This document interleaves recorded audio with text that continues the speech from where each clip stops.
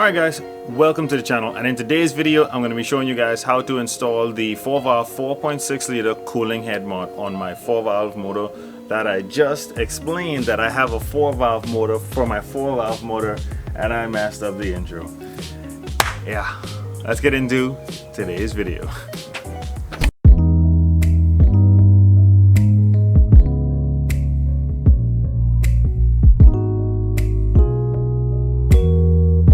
Alright guys, first things first, this is the package. This is how it's going to come to your doorstep. This is from MMR Modular Motorsports, as you can see right there. What actually comes in the kit is fairly straightforward.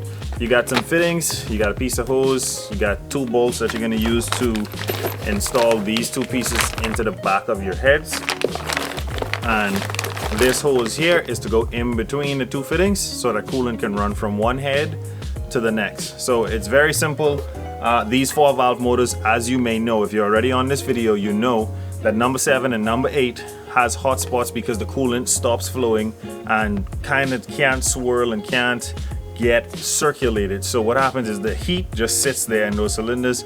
They cause a awful lifter tick noise. They cause pistons to overheat and burn up and all that stuff like that. So this is definitely a mod that you need to do, especially if your motor is out the car. It's a lot trickier to do in the car because either you got to pull the motor or you have to pull your transmission and do it from the back underneath the car, which is a pain in the ass. So this is definitely the way to go. It's super easy to install. I'm going to show you guys how to do it now. All you need is a flathead and a hammer to get those freeze plugs out, and then you can install the kit. You need to make sure that you have some silicone around the mating surface. This one is double O-ringed. And I'm still gonna put some assembly lube around it or some type of oil to make sure that those O-rings are lubricated when they go in so they don't pinch and they don't leak. You can imagine putting this motor in and these 2 fittings in the back of your motor starts leaking. It's not gonna be a good day. You're gonna probably have to pull that motor to get it done or to get it fixed. So I'm gonna install this thing. Most people install this and you see this short piece of hose that's in the plastic and this top barb. Usually that's to go from the passenger side of the head and go up to your heater core. I'm not running a heater core in my car, so what I'm going to do is I'm going to take whichever one of these fittings fits in that section, go down to my hardware store and get a block off. So actually all I want from this kit is to connect the 2 heads so that coolant can flow in a circle in my motor. So I'm going to have 1 barb on each side and 1 block off on this fitting because you know one fitting has 2 in it. So I'm gonna go buy me a block off for it, but I'm gonna show you guys how to remove those freeze plugs and install this right now. This is the back of my 4-valve 4.6 liter engine, and like I said, you got 2 freeze plugs, one here and one over here, and you want to get your flathead right on the lip of that freeze plug. And these can be a bit stubborn to get out, so you're gonna have to really tap it in there. You just want to get that freeze plug sideways, just like that. And as you can see, I've been mistreating my engine and putting water in it, not coolant. But definitely with this kit going in, I'm going to be adding some very good coolant to the system. I just freshly rebuilt the motor, so I want this thing to last. My freeze plugs were pretty easy to get out just now, but it can be different for everybody else. What you want to do is now take a pair of pliers, pull on these things, and they should come right out. Actually, I was able to wiggle them out with my hand just now. See if I can get the other one. This one's being stubborn. And you just want to wiggle it until it comes out. As you can see, there's a little bit of dirt in there. You want to make sure that this surface is as clean as possible when putting this in. A little bit of WD-40 in that hole or a little bit of oil is going to go a long way with helping those O-rings to seat and also to help them not to pinch. So I'm going to take me a rag, clean it out, spray a little bit of WD-40 in it, and then we're going to move forward with installing the blocks that go into the back of the heads. So like I said, you want to take a rag and you just want to wipe these surfaces out. Get them as clean as you possibly can. You don't want anything to mess up those O-rings. That will ruin your day when it comes to installing these motors. What I'm going to use some engine assembly lube.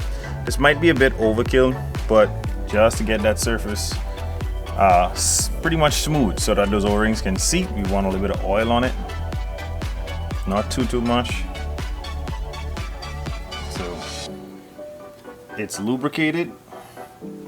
Now what you want to do, grab your fitting for the driver's side head.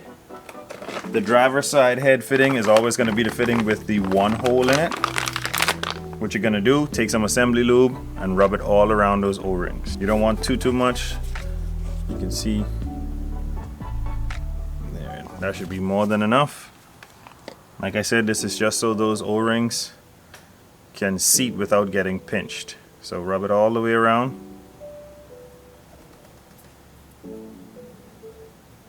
You don't want any excess getting on the flange.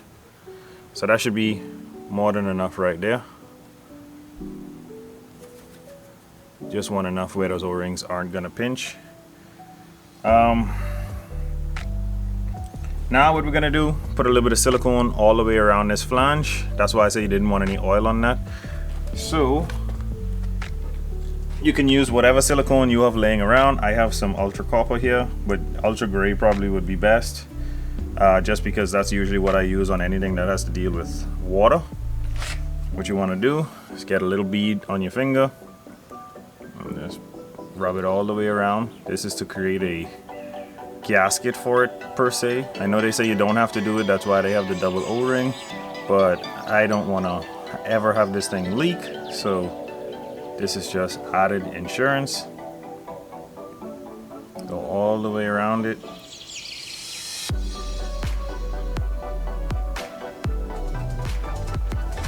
Don't worry if any gets on the O-ring, won't make a difference.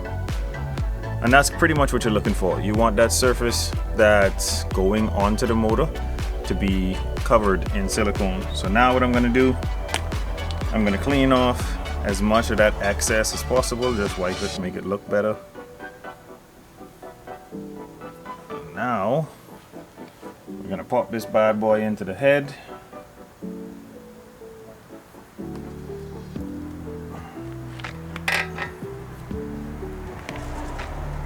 You get any resistance, what you can do is take a rubber hammer and just tap it in.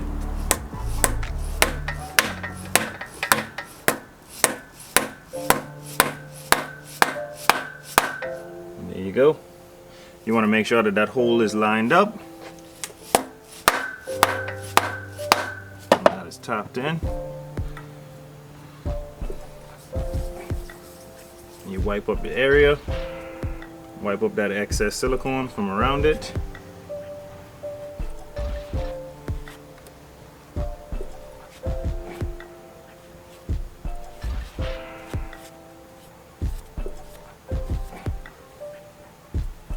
And there you have it.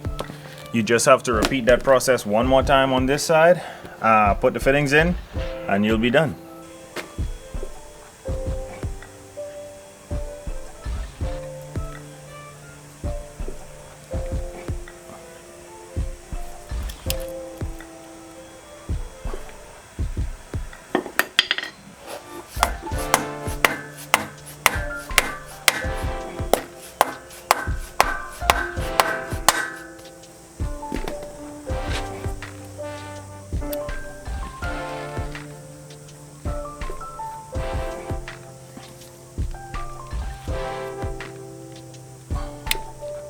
Now that the passenger side head has its cooling block, the driver side as well, you now want to open up this side of the package.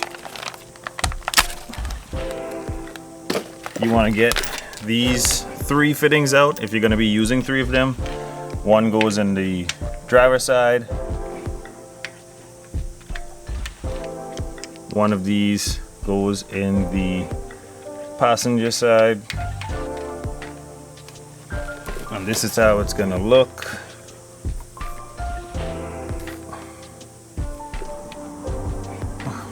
Once it's all said and done. So really sleek design, really good finish. MMR says that you don't need any hose clamps for this, but I still am gonna put some hose clamps on this before I am done with the installation. This is the piece here that the extra hose goes onto.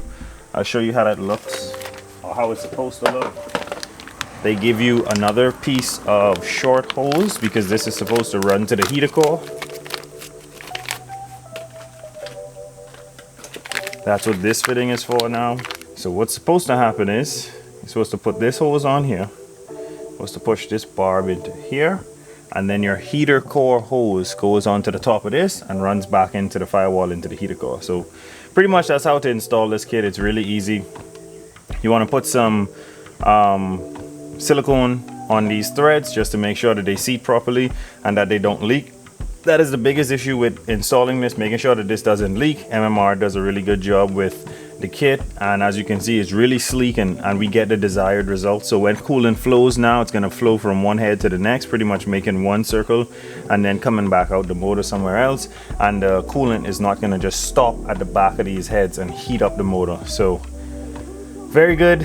That is how to install that. And pretty much, like I said, if you don't have your heater core in your car, you just want to get a block off that's this size, install it into the hole, and you'll be good to go. Alright guys, so there you have it. That's how easy it is to install the MMR cooling head mod. Like I said, it's just to get coolant from one head to the next so that we can complete a loop instead of coolant just building up at the back of these heads and trying to fight its way forward. This is going to save you pistons, this is going to save you lifters, this is going to save you heat on the track. If you're doing hot lap after hot lap, this is definitely going to save you. MMR says that you don't need clamps on this, but I am going to put clamps on this, and I'm also going to block this off the top port on that passenger side head. So really all I installed this for is to get coolant from one head to the next, and it's going to do its job just fine. Thank you guys so much for watching this video. If this video helped you guys at all, make sure to hit that like button. If you like content like this, make sure to subscribe to the channel. We do everything 4-valve motor related on here. And that's all I have for you guys for today. Always remember, don't drift without your dreams. And I'll catch you guys in the next one.